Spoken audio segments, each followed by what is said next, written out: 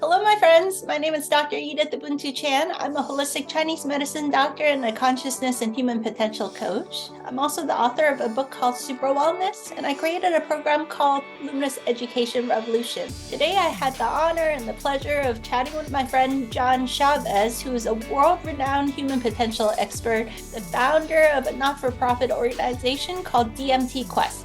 It was such a beautiful conversation. I'm so excited to share with you. So without further ado, please enjoy. Hi, my friends. Welcome to this spontaneous pop-up conversation with one of my all-time favorite human beings on the planet, John Chavez. Well, thanks so much for having me, Eden. Yes, real exciting time in terms of people really being public with the human potential. I recently attended a Joe Dispenza workshop retreat in Denver, maybe like about a couple months ago, and it was interesting to see the different modalities that he was working on in terms of inducing things like spontaneous healings of various types of diseases. The thing that really caught my eye was the different angles of approach. So it wasn't just one meditation style that was going to induce the remission.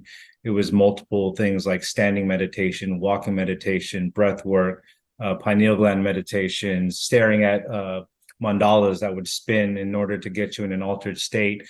And it seems though all these practices were based on maintaining an altered state, but at a different sort of angle of approach in order to I create a variation. In my perspective, it's creating neural network variation that gets you outside of the norm. Because a lot of times people's norms these days is stress-based, right? And it's very kind of vague to say that stress causes disease, but there's no other way around it. The more stress we have, our entire hormonal balance is going to be very different than when we're in a calm or relaxed state. So yeah, it was a pretty interesting experience to see the scale of Joe Dispenza's event, and just to witness what he's been working on. I've been interested in your work for a long time as well, and pretty much across the board, just people who are interested in this wellness space, seeing how we can optimize our wellness, utilizing altered states, especially because that's pretty much from what I've seen is the quickest way to induce a healing. I think there's the slow roll of diet and exercise and that whole thing. But yeah, if you want to get like the quickest way to get into a wellness state, then it has to be through altered states, it seems. Yeah, it's we almost need new terminology because altered states, altered according to who? How I experienced this whole journey with super wellness, why I wrote the book is because it blew my mind that what I'm actually doing, what I'm seeing is so profound is because what we're doing is returning to our natural state of relaxation and harmony and peace, is highly abnormal that we're stuck in this like high beta stress, go, go, go, work mode. That's like super weird, actually. To have this ability to fluidly modulate between all the different brainwave states seems to me just a natural, normal, now that I'm a mom. I wasn't, in 2017, I just had one kid who was 2 years old back then, but now I have two kids, and around all the kids, I see how in their upbringing, you see how fluidly the kids navigate all of these states. And then it got basically programmed out of us, as you so eloquently put in the Luminous Education presentation, that it's like somehow at 5 or 6, like boom, suddenly we block the human being's ability to modulate these states, probably through our school system. So all of this is like returning to our natural capacities again. Yeah, I think being overly analytical of all situations is not a good thing for human health. Obviously, the electronics with the phones only adds on to the additional sort of monkey mind ruminating in nonsensical things. Yeah, it's something about the relaxed state. It's interesting because, I've been working on a medical hypothesis paper about the mechanisms of spontaneous remission of cancer. And like I mentioned earlier, Joe Dispenza has his method of utilizing various states to induce spontaneous remission. And there was another famous psychiatrist out of Australia in the 1960s. His name is Ainsley Mears. I recently got a couple of his books, but he was focused on just complete stillness. So just one modality of complete stillness, like a few hours a day. And he was stating his case studies of how people were having not everybody was. Let's be fair, right? It's not 100% remission state, but it was much higher than somebody would think, right? Like, how does that work? You have a tumor sticking out the side of your abdomen, and you sit there and you meditate on nothing for a couple hours a day for 3 weeks at a time, and the pain goes away, and the growth starts to reverse, and they start to have a different perspective on life. And for some strange reason, it worked. Like it consistently worked in terms of the practice that he saw. And to me, that's one of the most interesting things to, I guess, try to dissect in terms of what are the mechanisms going on. Mhm. And from my perspective, it seems as though there's a definitive change in somebody's bioelectric signaling from the top down, right? And if you're able to still yourself, control your thoughts, quiet the monkey mind, get out of the stress state, all the trauma that you experienced growing up, all the trauma that you're going through with your current relationships, and really just create a stillness, drop in. Obviously, there's a hormonal change that takes place, right? You're probably dropping the cortisol and the adrenaline and maybe increasing the melatonin, things like that, that obviously have their function in the body. But ultimately, it seems as though it comes down to top-down bioelectric changes that are going to have just a myriad of factors on the body that can accelerate the healing. So it's just it's amazing when you really think about it. And when I think about super wellness in terms of what you put together, it seems as though it's hitting on like all these parts that people have been focusing on spontaneous healing, and you kind of found a way to integrate it fluidly in kind of a lifestyle. And I think that's what's really powerful about the super wellness program, is that it's subtle, right? You're not telling people this is the way you're going to heal yourself from serious disease. You're more saying like, just try this little by little. You're stacking it up, and then you'll see the changes over time, or even faster, right? It depends on the intensity of the adoption of some of the techniques that you're teaching. Well, the interesting thing about life is that life is holographic. How you do one thing is how you do everything. So the energy and consciousness behind super wellness is like a deep love and self-care and self-kindness, but also deep respect. So as a facilitator of a transformational journey, we go through a 6-week super wellness journey. And you were one of the early adopters. Thank you so much for all the feedback and helping us refine it many years ago. um it's like the whole reason we got so out of whack as a society is that we lost ourselves, which is why the HEALTH of super wellness, the first H, is coming home back to ourselves. So it would be hypocritical, right, for me as a facilitator of super wellness to be like, you have to do this. Like, it has to be gentle, because that's how healing occurs. Like, it's so paradoxical. Sometimes like the simple, gentle, kind thing is the most potent and powerful medicine possible. And the harsher, the more pushy and, forceful and coercive, it doesn't work. It's like relaxation at gunpoint. Like, imagine that you must relax now, right? Like, the whole point is like to draw back into your natural state of well-being and allow the magic to show itself to you. Yeah, absolutely. And to get into the nerdy aspect of, I guess, neuroscience with the whole, especially with what they've seen with psychedelics. Psychedelics, after, for a large percentage of the people, it helps in terms of clearing out some of the, I guess, addictive, depressive aspects, being able to see problems from a different angle.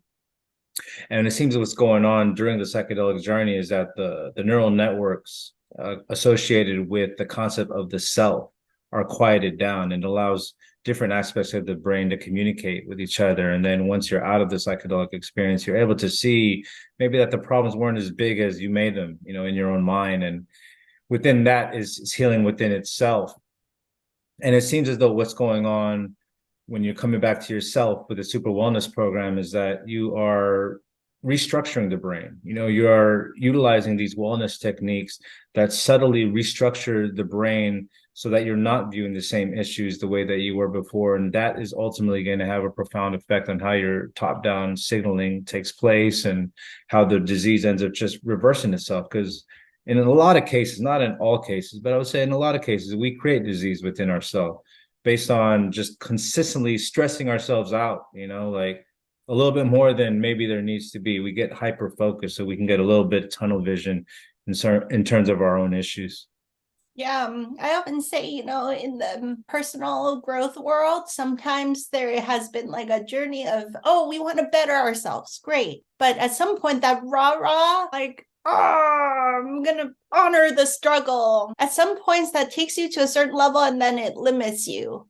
And then it's like an opening and blossoming to a whole new exponential level of possibility. Like we chat about spoon bending. Like, there's all these interesting phenomena that you and I have spent many years researching because it's really fascinating. The spontaneous healing, the breatharianism, the spoon bending, the remote viewing, these out of body experiences, they are like an arising of a deeply relaxed state, like you almost don't care. And then these possibilities just arise. The spoon bending happens when you're so deeply at peace and in harmony and relaxed, and you have this fluid consciousness, and your consciousness merges with the consciousness of the spoon, and then suddenly it melts like butter. Like, but if you tried, it doesn't work, you know? Yeah, that's a great example because what came to mind was a case study written by that Australian psychiatrist working with meditation and spontaneous healing. And one interesting case study was that one woman did his program of just meditating on nothing, and her cancer was in remission like very quickly. And then somehow she got a little bit more publicity about it or something of that nature. And then she altered the meditation in terms of meditating on nothing and stillness to meditating on cancer go away. And what happened was that the cancer actually came back and it started to grow when she started to put focus on it. And then she Wow. she went back to like meditating on nothing and then it went away. So yeah, it's a good example of like the power, obviously, of altered states, intent, things like you just mentioned of letting go rather than like a focus on wellness, getting better, all that. I think there has to be a fine line between motivating yourself enough to do it, but then being gentle enough to ride the wave of wellness that's going to happen organically. Yeah, it reminds me of Dr. David Hawkins' scale of consciousness, where depending on your level, are you familiar with it? All the levels, it starts with like apathy and guilt and shame. Those are the lower levels, and fear is actually slightly more powerful than apathy, guilt, or shame, right? You can feel that. It can sometimes fear can motivate you out of apathy and it can be helpful. But obviously, fear is not a really great state to stay in. And then anger is more powerful than fear. But anger is not nearly as powerful as courage, right? So Mhm. it's like depending on where you are, what's your next level? But a lot of personal growth work is at the courage level. Rah, rah, rah, let's tough it out. Let's be a hero, right? Mhm. And then what we're talking about is beyond that. It's a state of love, joy, peace, harmony, awakening. And these are actually some, according to Dr. David Hawkins' research, something like the love energy, compassion, kindness, these kinds of energies is like 750,000 times as powerful as the what he calls the sub 200 levels. He's calibrated on a scale of 1,000. Sub 200 levels is like pride, anger, fear, guilt, shame, and so on. One person at the love consciousness counterbalances out 750,000 people who are sub 200. So it's 750,000 times as powerful what we're talking about, this level of consciousness from which spontaneous healing can occur. According to his research, is 750,000 times more powerful than the pushy kind of paradigm where it's like you got to tough it out, you got to work harder, you got to push harder energy. Yeah, it seems like it's all about surrendering. That's really what I've seen from Dispenza to Dr. Mirez to your work, everybody. It's the most effective way is to surrender and like let go of your ego and go into this with an open heart, which is not so scientific in certain ways. I think that we have ways to go in terms of quantifying some of this with the scientific research of today.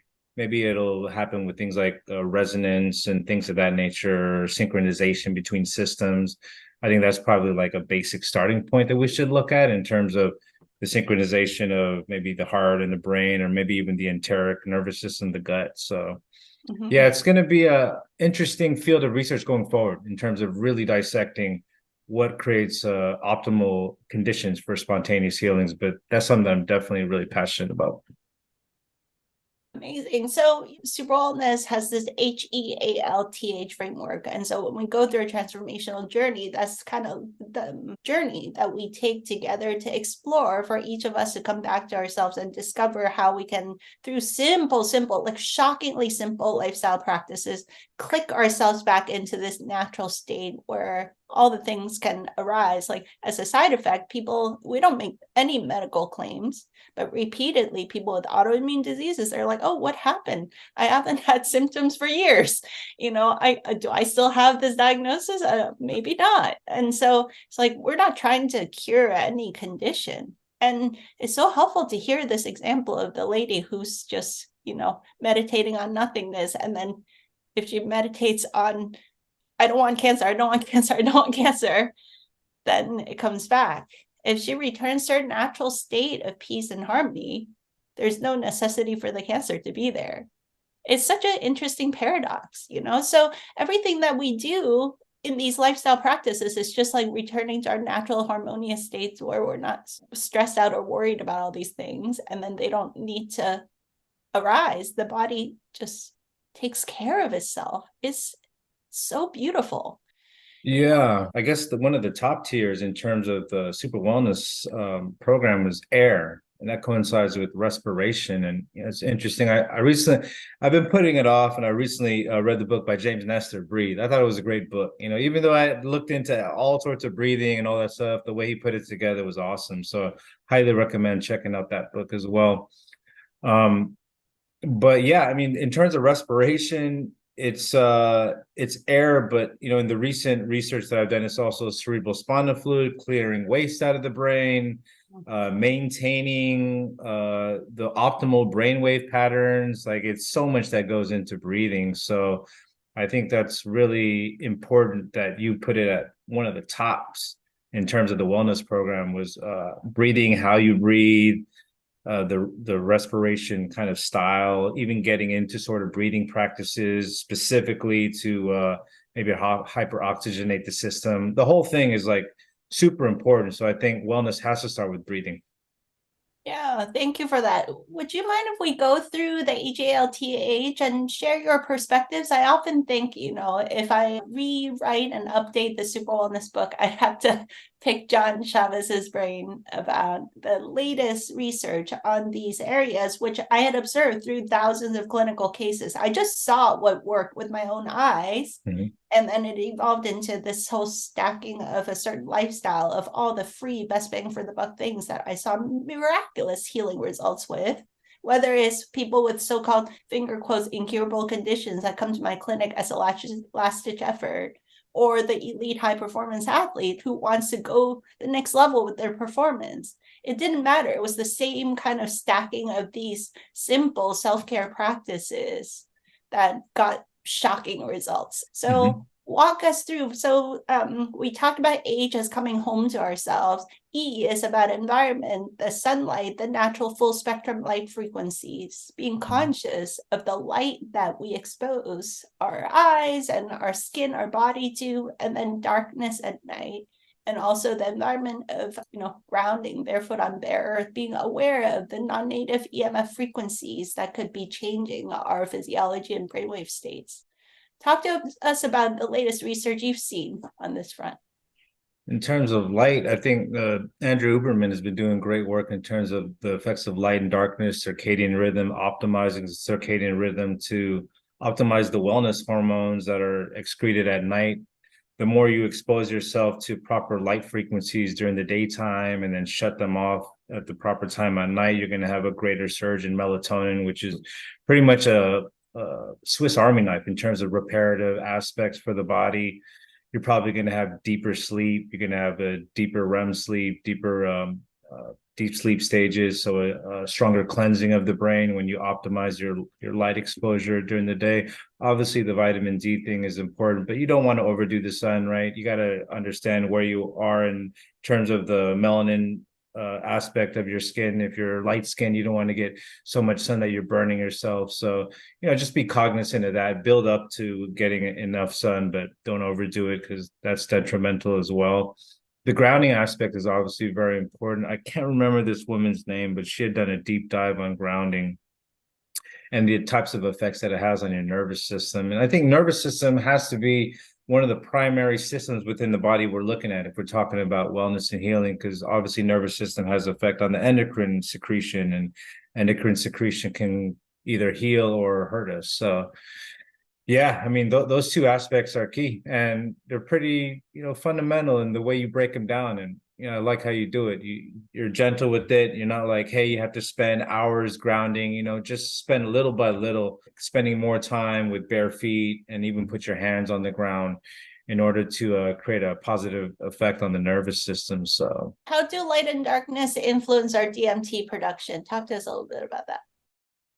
That's a great question. There's not like a whole lot of definitive research so far, so I can't speak too much on data that's out there right now, but we can speculatively say that it's going to have an effect. Obviously, we know from dark room retreats, with prolonged darkness, people are starting to have very mystical experiences. Obviously, you started having mystical experiences a little bit sooner than other people that have done 7 or 10-day darkness experiences, but we do know that with extended darkness that people start to have visionary experiences, and they start to have very healing experiences after a few days. It's almost as if their nervous system has had a chance to recalibrate itself with a different blend of biochemicals. And we do feel as though DMT is likely involved in that. I would like to conduct some definitive research to find out exactly how much is being upregulated, as well as the other biochemicals that coincide with visionary experiences. It's funny as people talk about 5-MeO DMT as being the God molecule, the most powerful psychedelic in the world. And from the data currently, it seems as though humans produce that as well. So yeah, I think that there's a big potential for therapeutic aspects of things like darkness retreats if people are that explorative and excited to go and check stuff like that out. My community, everybody knows about how life-changing darkroom retreat was for me. I wrote a little bit about it in Super Wellness, but on various podcasts, it was one of the biggest life-changing experiences of my life so far. And so if there's anybody listening that's interested in gaining a deeper understanding and researching how this could be a potent gift, a tool to humankind, talk to John Chavez, DMT Quests, about supporting some research projects. I know from direct experience that every cell of my being was like, yum, yum, yum, yum, yum, yum, yum, yum. I experienced that there was a kind of food that my cells felt juiced up in the experience, like so deeply rejuvenated and refreshed and recharged from it. Just sitting there doing nothing in complete darkness. Like, it was a very potent experience for me. So I'd love for us to have a better understanding of what happened to me. I was a completely transformed human being after 9 days and 9 nights in complete darkness, basically doing nothing, sipping a little water, no food, like quiet, silence, darkness. Yeah, even things like catching the sunrise or the sunset, and what that does to our consciousness, how that makes us feel, right? I mean, some people don't even need to be full-on sun gazers. You're in the presence of a sunset or a sunrise, and just the way it makes you feel, like you sink into that feeling, and that what that feeling, what it feels like. It just feels like magical beyond something you could see on a screen. And I think people need to realize that feeling of magic is actually doing something positive for your body. So, when people are going through their wellness journey, I encourage people to get into that practice of trying to catch the sunrise, definitely catching the sunset if they're not morning risers. But that effect within itself, to get into practice of going out of your way to catch the sunset on a daily basis, can have profound effects. And if you really want to get into the deeper esoteric aspects, then you can look into the aspect of even sun gazing when you're, glancing at the sun when the UV rays are pretty much zero, and allowing the sunset to even sink deeper into the system. there's a like pilot research around that sun gazing regarding the effects of the brainwaves from sun gazing, and it seems as though it's like an amplified meditative state. So that's another aspect of research I'm interested in delving into to really quantify is there any sort of negative effect from it? Because I haven't felt anything negative, and as well as the thousands of people that I've seen that have engaged in them. And then B, is there a distinct neuroplastic effect in terms of changes to the brain structures once you engage in sun gazing for a few days, a couple of weeks, and seeing the effects of that? Well, there's so many interesting aspects to it too that, your pupils allow your blood in your body to actually get the light to cleanse the blood, because that's the only aperture where your blood actually can get that basically direct exposure to the light. I mean, indirectly, the light does penetrate through your skin and so on. So there is this cleansing effect. There's the charging up of the fourth phase water effect that's happening with your blood and with the waters of your body. There's this whole idea that we have blue light toxicity from the screen time. And so to balance it with red light, people buy all of these fancy red light therapies, like go out during sunrise and sunset. It's free, man. Just go outside, like so many of these things. I mean, I'm not opposed to the gadgetry, but people complain about, oh, holistic health, natural health is so expensive. I wish insurance would cover it. Actually, it's free. Just go outside, But there's also this idea, you and I have both explored these interesting human possibilities like breatharianism, and that now there's more and more science. The mitochondrial research is showing that our bodies, there's been for a long time the calorie model of how the human body generates energy. The math has never calculated. We're not talking about like enlightened yogis and qigong masters, just everyday humans. When they try to figure out how the calorie in, calorie out model works, the math has always been off. So there's something else that generates energy in the human physiology. And now there's this mitochondria research is showing that maybe there's mechanisms that we're just starting to understand, like human photosynthesis. And there's this guy, I was just grabbing this textbook that I have with Arturo Herrera, who talks about melanin being basically a mechanism for how photosynthesis could work. And then there's all this theory. I don't know if you've come across more solid research about how the chlorophyll molecule looks really similar to the hemoglobin molecule, right? Except one has a magnesium in the middle, one has an iron in the middle. But we don't totally, maybe hemoglobin does a lot more than just carrying oxygen in red blood cells. Like there's deep mysteries in basically our cells are like 0 point energy cyclotron devices or something like that. And there's these things like sun gazing and breath work and simple free practices that we're just starting to understand the mechanism of action of how it unleashes huge amounts of healing energies for the body. Yeah, absolutely. It also brings to mind when you bring up the food and the whole calorie thing is it was an older book like in the 70s that I was reading about research in regard to they had a hypnosis clinic and they were really pushing the boundaries of hypnosis or trance states and things that come about in terms of the human potential under trance states. And this is another aspect of research that I want to dive into to quantify whether this is real or not.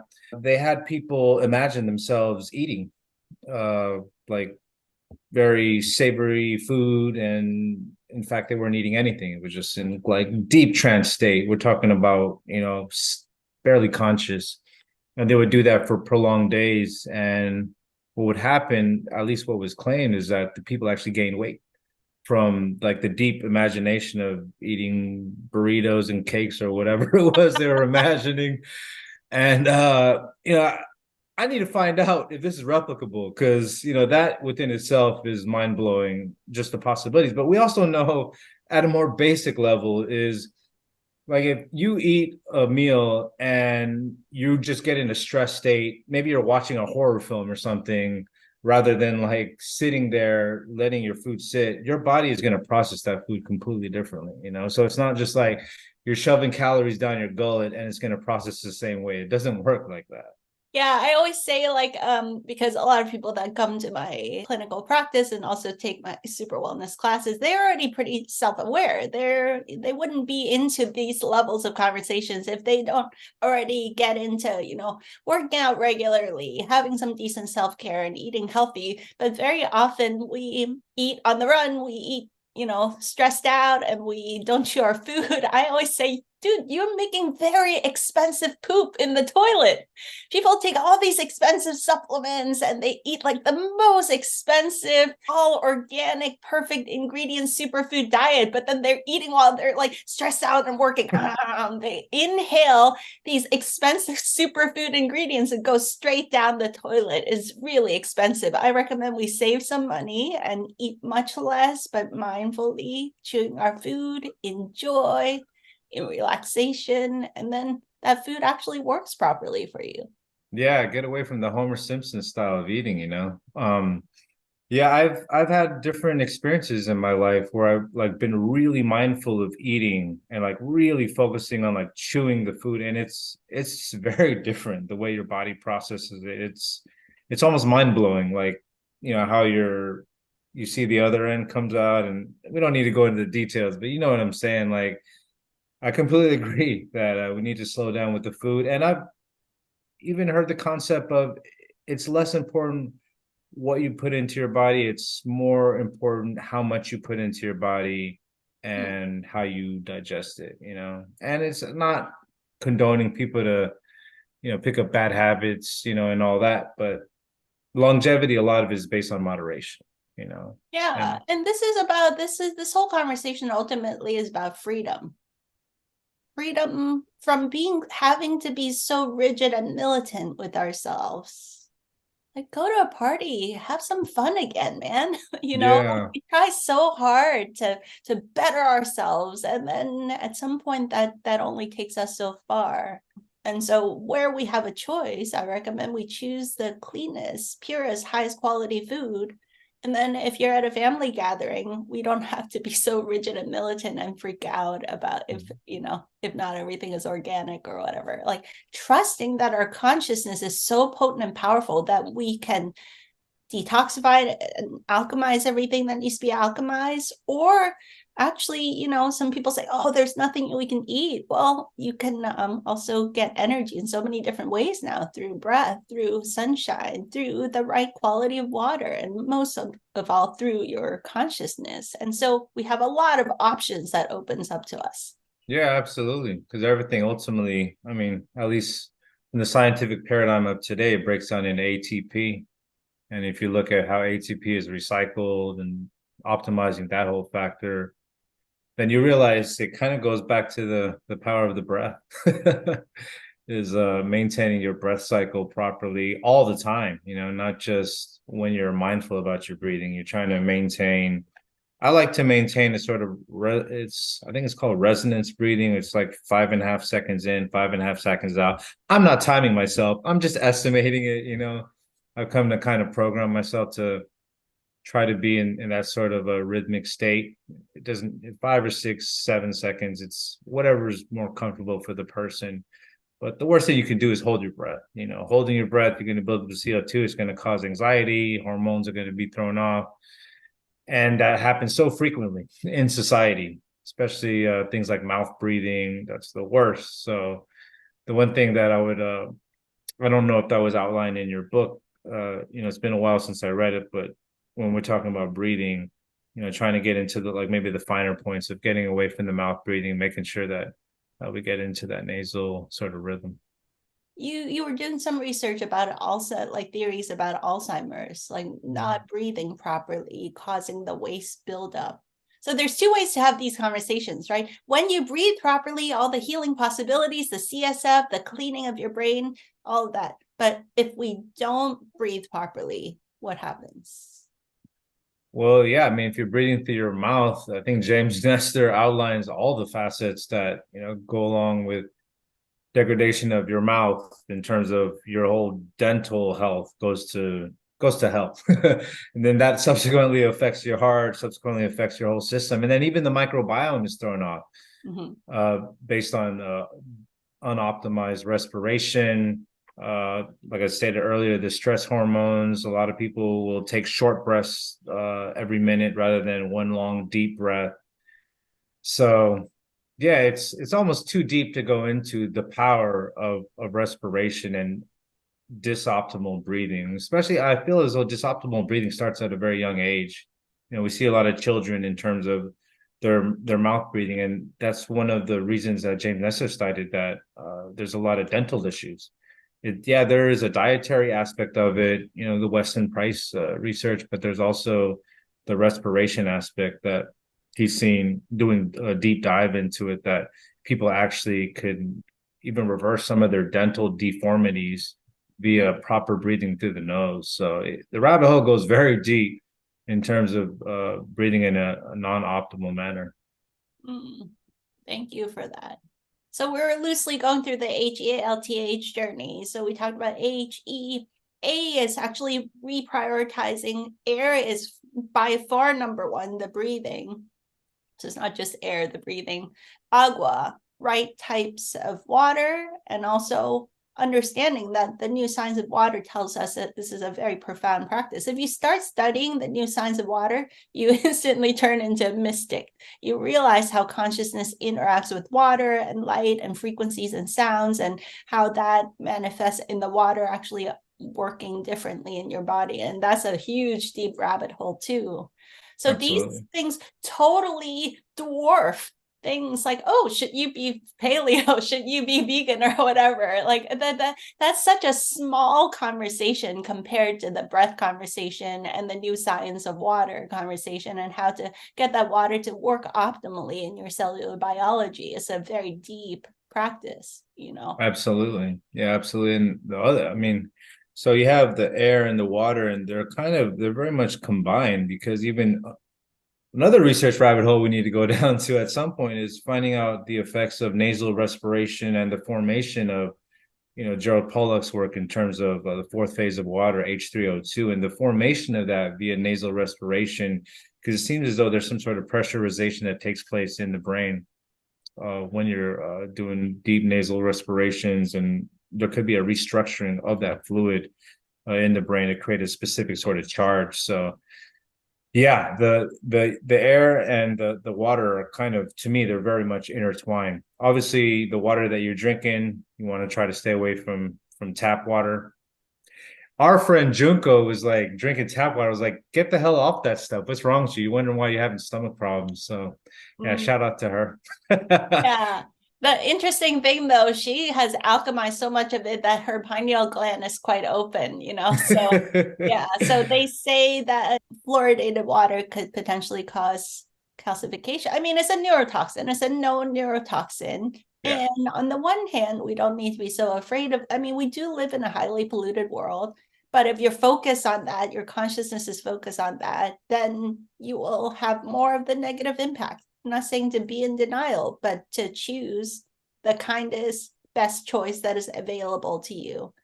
Yeah, for sure. And it's not just the fluoride. I'm even referring to things like rust, right? There's a lot of like lead and rust in the water. And it wasn't just the Flint, Michigan situation that most people are aware of. Latest research indicates that it's pretty much across the board in this country and probably all over the world that people are drinking water contaminated with lead and rust and copper. And it's not the organic types of minerals that we want in our system. And all these things are going to have an impact in terms of throwing our hormonal balance off, because these minerals are building blocks for our enzymes and so all sorts of processes in the body. So we Yeah, cause and a there's also medications that get flushed down the toilet and get recycled in the closed loop municipal water system that comes back into your drinking tap water. And so all kinds of medications that your doctor didn't prescribe for you, that you shouldn't be taking, that arguably human beings in general probably shouldn't be taking. I often think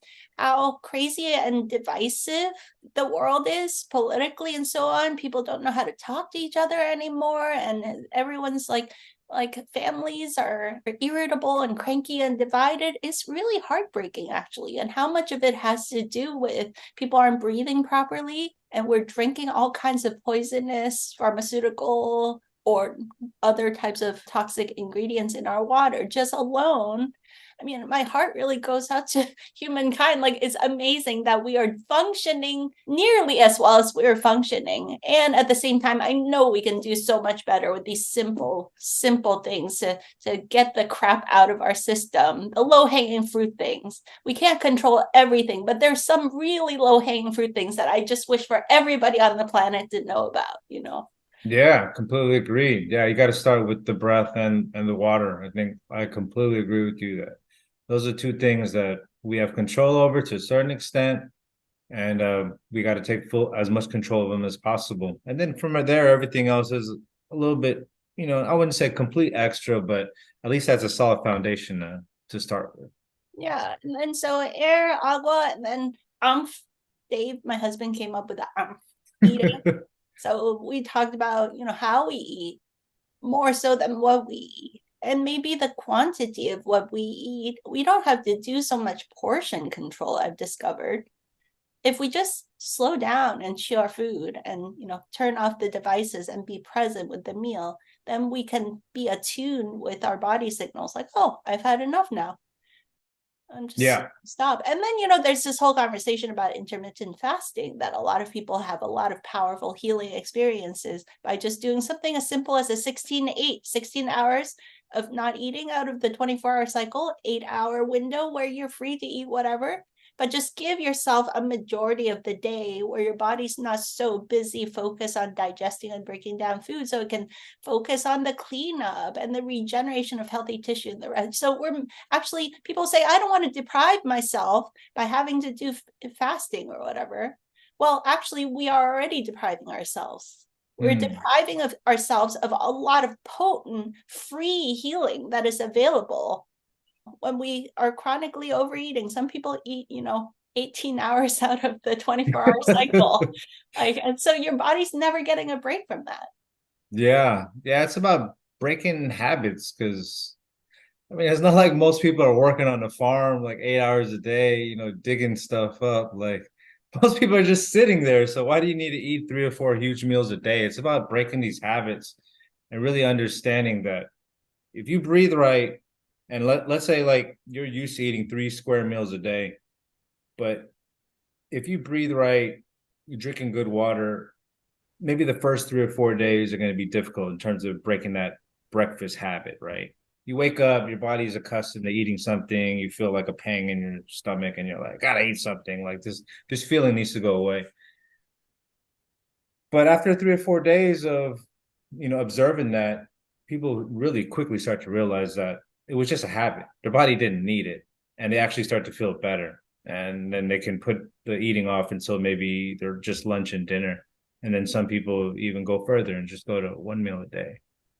Yeah. And yeah, Yeah, people need this to is why experiment the with breath themselves. work, the sunshine, the darkness, the sleep, all these other things come first. To me, these are the lower hanging fruit things that give you such best bang for the buck results. And then the intermittent fasting, for most people, actually unfolds naturally. They're like, huh, I just woke up. I've been getting good sunshine. I've been breathing well. I've been hydrating well. I've been sleeping well. It's like, why I'm not even hungry for breakfast. I just want to like drink some lemon water and go out and do my sun gazing. I'm wanting sun gazing more than that breakfast burrito right now. We recalibrate to the purer sources of energy.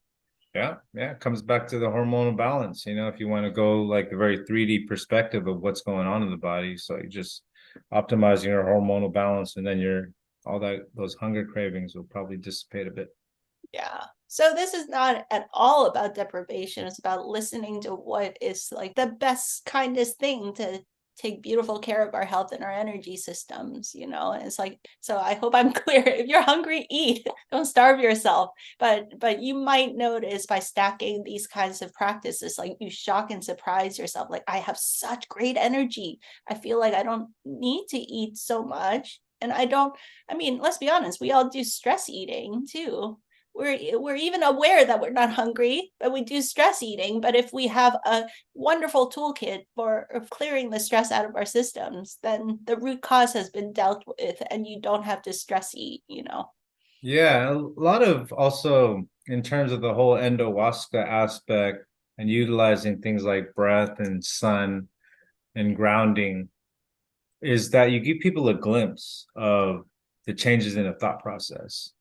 You know, when you're outside of your normal consciousness, wake up, eat, go do whatever, eat again at lunch, and then have a snack, and then keep eating, and that whole thing, right? Like the way that you're perceiving life and not just problems, but just, I guess, taking in the entire environment, the ways that your thoughts are going through your mind, you'll start to realize that in that slight alteration of your consciousness, those types of states can be prolonged when you're eating less. And I think that's really what people can start to over time, right? It's not overnight change, but they can start to enjoy that aspect of a clear thought process.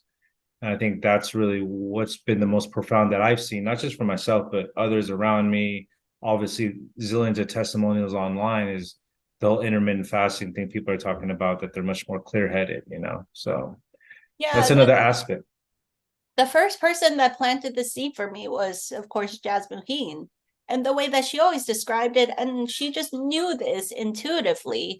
I don't think there's yet published research that shows how our calorie usage changes depending on brainwave states. I don't know, maybe you're aware of this.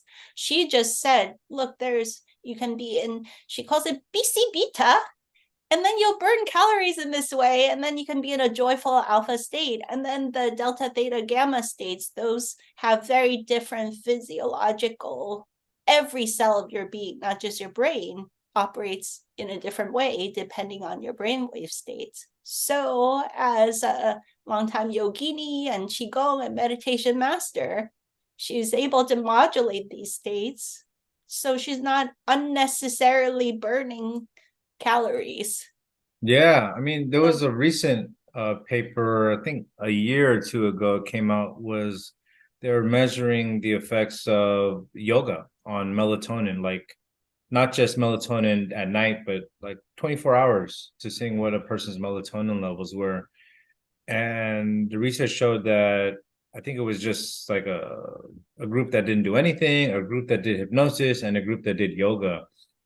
And they showed that the people that did yoga, their baseline melatonin levels were like 300% greater, like all the time, compared to the average person. And if we're going back to food and what it ultimately breaks down to, ATP, melatonin is actually has the ability to recycle ATP. So what you're saying makes a lot of sense. What Jasmine Haynes makes a lot of sense. If you're able to maintain a more, I guess, like a theta delta, you know, all the time, you're not going to be completely into those states, because the brainwaves is pretty complex in terms of, you know, different networks operating at different frequencies. But if you're able to amplify these slow waves all the time, it seems as though that extra melatonin will help you to recycle your energy, which is ultimately why people eat. yeah, so this is back to, if you're hungry, eat. Um and you might notice interesting changes in your physiology where you're like, huh, where am I getting all Yeah, this energy from? I feel so good. I have so much energy. It's coming from, it turns out the human being is basically a hybrid vehicle that has many different ways in which it can generate energy. It's like, it's a beautiful design, all these redundancies that are baked into our human physiology is the reason why we do so well, despite, I mean, look at the junk food that most people eat. You think they're actually getting good energy from it? That's evidence right there that we're basically all half breatharians already, right? yeah, pretty much so. I don't know how much nutrition you get from, you know, big old can of Pringles. So HEAL, fasting and consciousness. What's your research on that so far that you've seen? The research I've So by seen the way, on, guys, L stands for lightening up, so intermittent fasting and juicing. And also lightening up, I also include lightening up all the dense, heavy, like drama in your life, like being mindful of the stressful conversations and the stressful information. But let's focus on the, juicing and fasting, for example. How does that change our consciousness? well, I think the juicing plays a key role in terms of optimizing hydration, which has a huge effect on the brain, you know, in terms of optimizing waste clearance, how we process thoughts, our brainwave patterns, all of that. In terms of the fasting, it's shown systemic like bursts of melatonin throughout our system. I get the feeling that it's intracellular melatonin is what they're seeing huge bursts of, and that's really what you want to see, not just the circulating melatonin from the pineal gland, but in the research, especially, you can do more invasive research with the animals. You saw, after they deprive, that's the wrong word. After these rats do yoga and fast, then they saw huge surges of melatonin in the brain, in the liver, basically throughout the system. And it seems as though just based on that data alone, is that fasting decreases inflammation, optimizes your cellular function, mitochondrial function, um, just a systemic restoration across the board from fasting. That there's no really other way to look at it. I think if anybody's really interested in the effects of fasting, they should look at the True North Wellness Center, right, in Santa Rosa. They've been doing their medically supervised fasting clinic that's been doing it for decades, and they've seen all sorts of health reversals or illness reversals there from fasting alone, just water fasting. So, yeah, definitely something to take into consideration, especially if people are, suffering from some sort of dysfunction they want to take care of. A big thing that I forget the name of the doctor. I wish I could remember it now. The doctor that is one of the lead speakers for the True Wellness, the True North fasting clinic, is that he stated that there's also an autonomic nervous system, kind of like a reboot that takes place from fasting as well. So that's something to take into consideration in terms of when we go back to the bioelectric effects and on things like spontaneous healing. Interesting. And it's an intuitive, for me, is an intuitive journey of like when I feel like my body's off, just eat less feels good. I know that my body can kick in this intelligence much better if I don't give it even more stimulus while it's already trying to deal with a lot of stimulus. So in nature, you see most animals will just hide in a corner and fast while they heal something. Is intuitive. It's like if you listen to your body, it just unfolds naturally, a lot of this stuff. But sometimes we need to see some of the scientific data to really convince our Yeah. overly overdeveloped intellect to actually drop back into listening to the body intuitively. Yeah, one of the interesting things is I had an ex-girlfriend that was a hospice nurse, and she would notice that when people were, I guess, getting a little bit more towards later terminal stages, they would stop eating. And she stated that some of the people that were not force fed, that they were allowed to just like not eat, they actually like lasted like a lot longer in terms of living than people who were like, my dad's not eating, let's, force feed him to eat. And then it just basically, accelerated the process towards death. So it's like you said, it's part of like our innate aspect to heal the body in a certain way, it seems. This is actually such a profound conversation with regards to something like hospice, because if it causes not only a healthier state, and then is a gentler transition process for the person, but the production of melatonin and possibly DMT that is facilitated in this semi-fasting state could potentially allow the soul to have a really conscious exit from the physical plane, because the dimensional doorways are opened by things like melatonin and DMT. And again, I don't have scientific data, but I have personal experience and intuitive knowing that there's multidimensional aspects of these chemicals like melatonin and DMT, that it allows us to have better fluid access to the dimensional layers, you know. Yeah. Yeah, that's an It's intriguing like thing you bring up. a kind and gentle way to support a human being in the transition. Yeah, that's yet another aspect of research that we need to understand fully as a society in terms of transitioning the death process and acknowledging, some of the windows to the other side that are seen, regularly. Almost all hospice nurses see people interacting with, somebody's getting close to, transitioning to the other side. They start to interact with, deceased loved ones, deceased friends, and a lot of times the nurses are understanding of that process, but not so much the doctors, right? It makes them a little bit more uncomfortable. So I think with more quantified research, we're going to be able to understand, some of the biological processes going on, but not just biology. I think if we can go deeper into things like mapping out the other realms, which, Imperial College, UC San Diego is going to start to do in terms of they want to look to map out what are the DMT realms of, consciousness. And, you know, my goal is to create an overarching discussion of not just, extended state DMT and mapping out these other realms of consciousness, but also things like deathbed visions of the elderly who are starting to interact with the other side,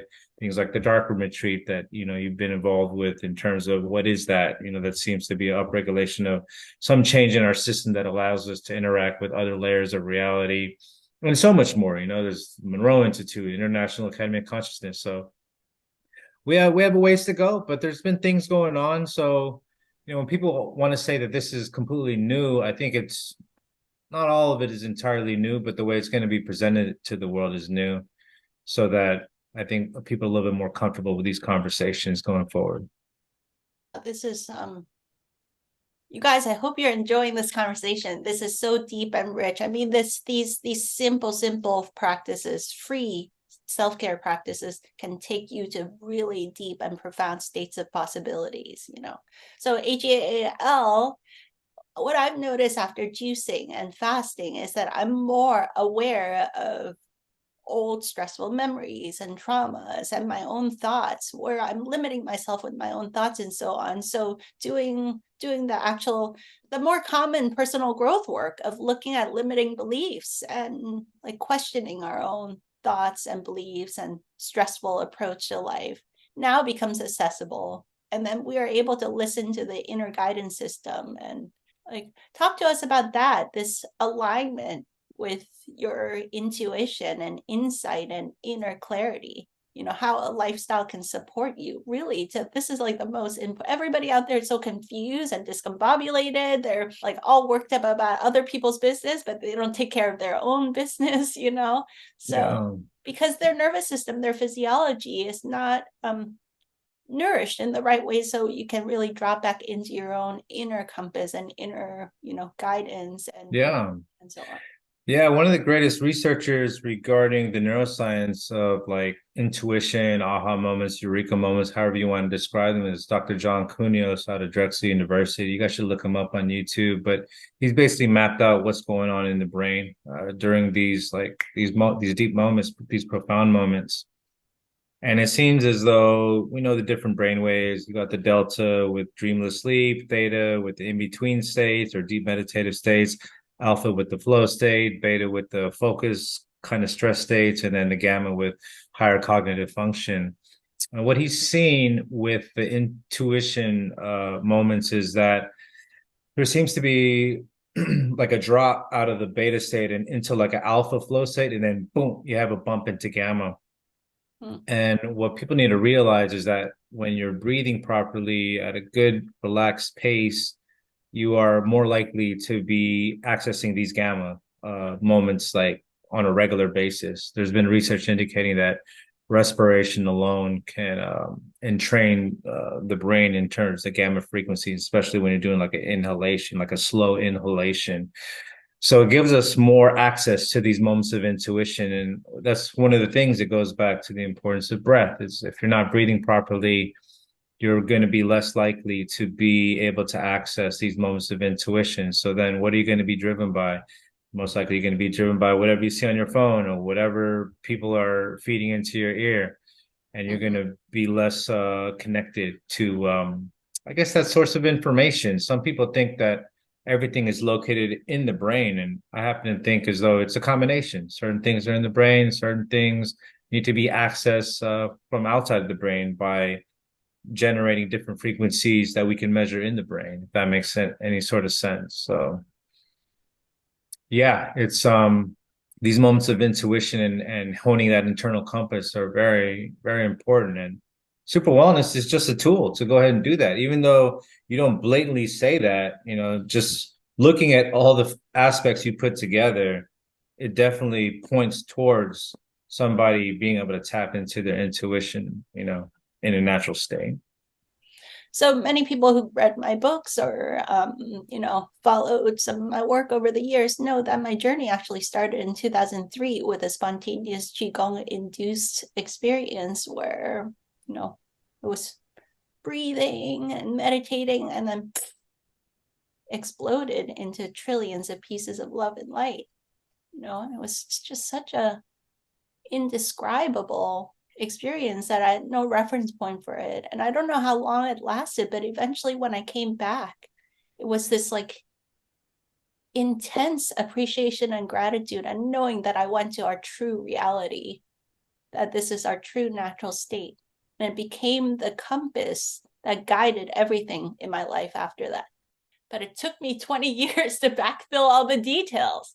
And so, really, what you and I are doing, and you had a similar experience, you had a spontaneous awakening experience, and it turned you also into a seeker, right? So in a way, people call it an awakening experience, but I didn't feel awake. When I came back, I just felt homesick. I just felt, I know that this possibility, this is our natural state, and it just kind of guided everything to the soul searching and the seeking since then. And in a way, super wellness is a super consolidated zip file of everything that I discovered was the absolute best of the best gems on this path. And it turns out that's the cosmic joke. It's so simple and it's free. It doesn't have to be so complicated and expensive like people think it has to be. Yeah. Because it turns out this is our natural state, this state of multidimensional awareness and consciousness and beautiful possibilities is actually natural to the human being. The other way is actually quite unnatural. Yeah, it's basically society, right, is very unnatural, the way it's structured, the way that we're taught. And you can't blame the people, right? It's just kind of teaching us to get out of our own way a little bit. And it has to start with the little things, getting the sunrise, getting the sunset, getting the breathing right, which end up being the big things, right? And the molding, driving the change for different perspectives. So the HEALT, the last one, H. So just to review, H, coming home to ourselves. E, optimizing our environment, the natural full spectrum light, the darkness at night, the nature time, grounding, and so on.